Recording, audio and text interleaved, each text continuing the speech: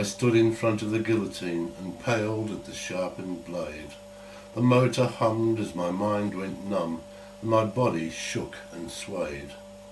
The sweat poured into my open eyes, and blinded and burned like sin, but I had no choice. I had to be free of the hand of Tong. I'd worked in China for 7 years, in the city of old Qingdao. If I hadn't been such a hero, I would still be working there now. But I got involved in a scuffle there when a woman was being attacked. He'd snatched her bag and I snatched it too, so he turned on me and hacked. I'd heard of the mean hand chopper gang, just petty crims on the whole. They stole whatever was not nailed down, just handbags, wallets and gold. But they carried machetes under their coats for the woman who fought like mad. If she wouldn't let go, they'd chop off her hand and carry it off with the bag. I stood in shock and stared at my wrist, while he took off scot-free, my hand still clutching the shoulder strap, but it wasn't attached to me. I bled all over the pavement there, collapsed in a bloody heap. I only discovered my hand was gone when I woke from a troubled sleep. The doctors there were marvellous. They tidied it up no end. But it isn't much consolation when you can't shake hands with a friend. I'd just about been resigned to it when in walked Dr. Chu. He was something to do with the government. Said, "I need to talk with you. Let's say that it's just an experiment. Long odds, but you may just win. Get you a working hand again, though one with a yellow skin." I signed the form with my one good hand and put myself in his care. If I'd known back then what I know today, I'd have put an axe through his hair. They took me away that very night to a place both dread and grim. To one of those Chinese prisons where you're dead, if they let you in. They housed me there in the hospital and treated me better than those, the walking dead in the prison beds, who all wore the orange clothes.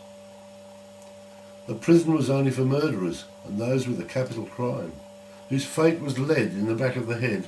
It was only a question of time. I heard men scream as I tried to sleep, and many a Chinese curse.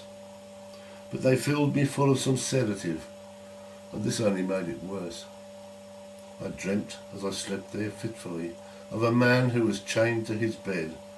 As the surgeons sliced at his body there, his screams still ring in my head. His face contorted, he looked at me and managed an evil grin. As they surgically took his hand, he said, "You be sorry, I Tong Lin." The fever lasted for days, I think. I thought I'd never wake up. But then one morning my mind was clear and my arm was bandaged up. Slowly, slowly I felt the hand that they'd grafted onto my wrist. I should have been grateful then, I know, but I slowly became obsessed. It healed at last, took many months, but it worked and didn't feel strange. I carried the hand of a dead man now, but then it began to change. I found it reached for a woman's purse in a shop where she dropped it there, and it gripped it fast when she snatched it back. It was more than I could bear. I fled outside in confusion and made tracks for a backstreet den. I had no idea what drew me there, but found it was opium. They lay around with those long clay pipes, and the hand it reached for one. I knew right there I would have to share my life with Tong Lin. The hand it reached into pockets when I walked on my usual beat. It seemed attracted to shiny things and fondled the girls on the street. It drew me into the thickest crowds, did things that would bring me shame.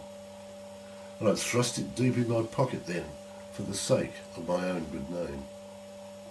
The hand was marred by a strange tattoo, a serpent with wings on the thumb. When traders saw it, they veered away, and one of them pulled a gun. I stayed at home and I locked the door, and I slowly became depressed.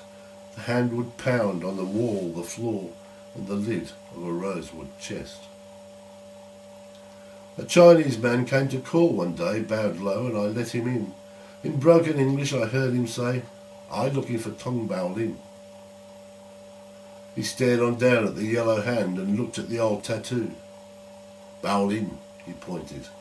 "An evil man. You know what you have to do." And so I stand by the guillotine. The sweat pours into my eyes. It takes 2 buttons to start the blade. There's a demon to exorcise. I place my wrist on the cutting line and the man says, "Let's begin." I push the button, and so does he, the brother of Tong Lin.